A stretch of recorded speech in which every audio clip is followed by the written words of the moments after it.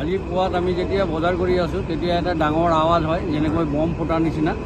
তাৰপিছত আমি সকলো ৰাইজে আগে চাওঁ যে মছজিদৰ পিছফালে জুই লাগিছিল। জুই লগাৰ পিছত তাতে এটা লেফ্ট চকৰ গোডাউন আছিল, তাতে লাগিছে আৰু তাতে সেই গোডাউনটো বহুত ক্ষয় ক্ষতি হৈছে।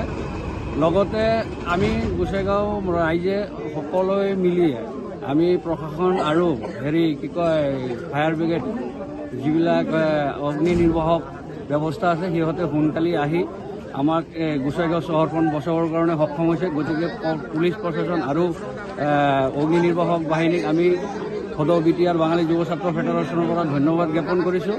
লগতে যিটো লেফ্ট চকৰ গোডাউনটোৰ ক্ষয় ক্ষতি হৈছে সেই ক্ষয় ক্ষতি পূৰণ কৰাৰ কাৰণে আমি চৰকাৰক দাবী জনাইছোঁ।